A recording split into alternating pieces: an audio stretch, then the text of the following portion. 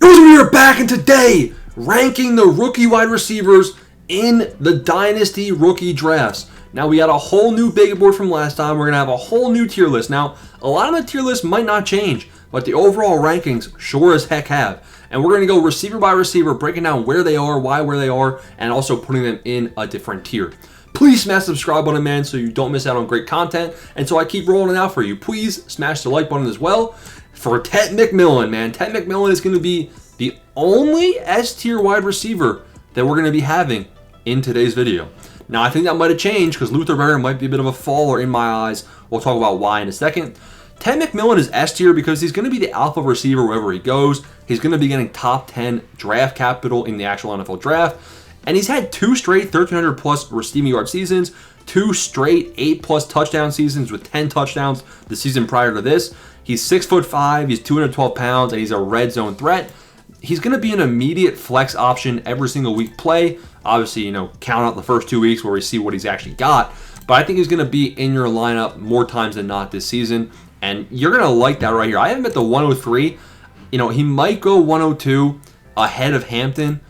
Depending on if you're a super flex league, he might fall after Cam Ward and Shedeur Sanders. So you are going to be able to get this guy at a bit of a discount in my eyes because he's the only S-tier receiver in this draft. Now, Luther Burden's number 5.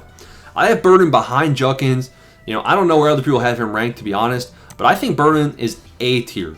He's got a lot of hype, man. People are saying he's so athletic, blah, blah, blah. 5-star recruit, blah, blah, 5-star recruit, he's so good.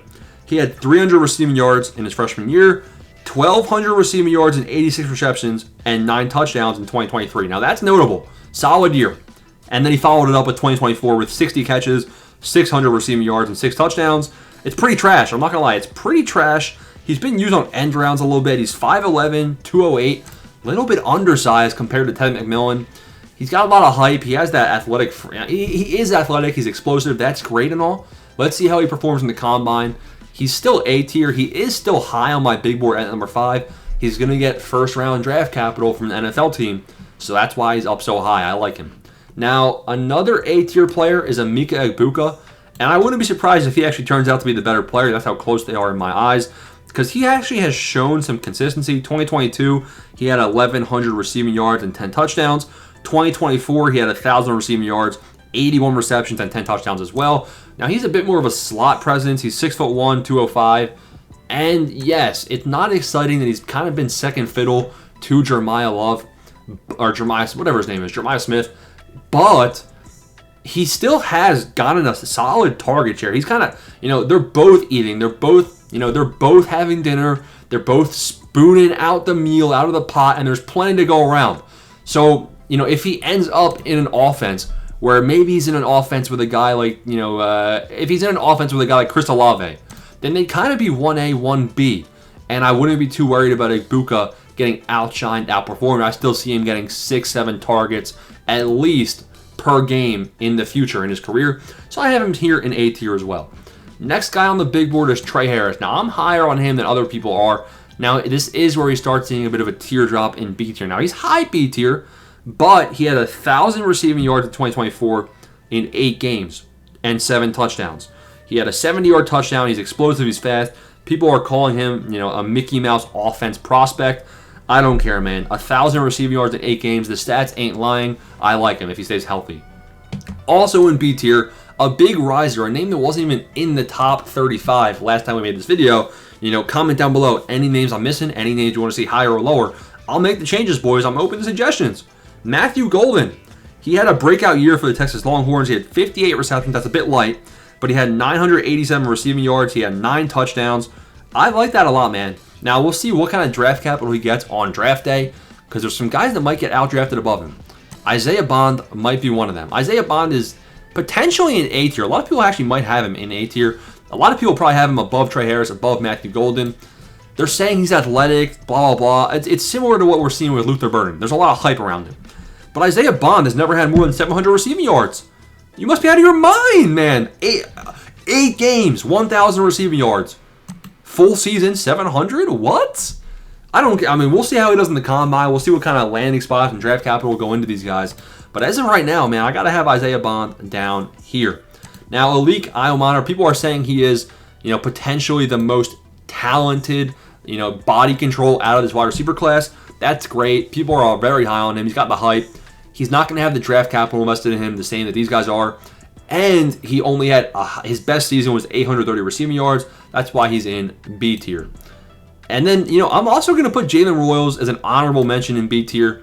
Yeah, I think that's where B tier is going to end, actually. So Jalen Royals, the reason I'm so high on him is because he had, in his final 4 games, you know what? In his final 3 games, he had 550 receiving yards and 4 touchdowns.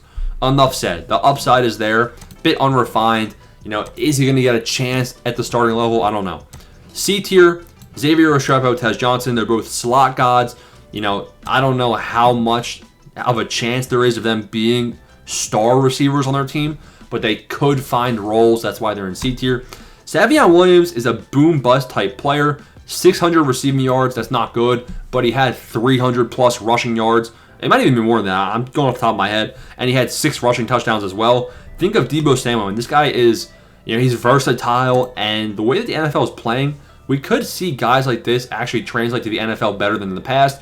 In the past, people that have been used at running back and receiver, they haven't played well in the NFL. But it's a whole new era. So maybe we see Savion Williams do something a bit nice. People might get mad about Travis Hunter being at the bottom of C tier, but he might end up being an F tier player. The only reason he's here, listen, Travis Hunter could very easily be here. That's where I'd put him. I might put him here, man. But since he might be getting, the rumors are, 10 to 20 snaps at wide receiver per game. If that. 10 to 20 snaps, 1 to 2 targets, sayonara, buddy. And he's going to be tired, more injury risk. Yeah, I don't know. It's boom bust. Who's taking the risk? Comment down below, where would you draft Travis Hunter? I'm thinking late 2nd round. And then Jack Beck rounds things up. I mean, there's a bit of upside here. He led the TCU Horned Frogs with 62 catches, 1,000 receiving yards, and 9 touchdowns. That's pretty solid. He has good size, strong hands at the point of attack, and he works through contact well. But people are, projecting him out as a wide receiver 3, wide receiver 4, or whatever team he ends up on. So that's why he's in C tier. Comment down below, man. Who am I missing? Where you got all of these guys getting drafted in the actual NFL draft. Peace out. Thanks for watching.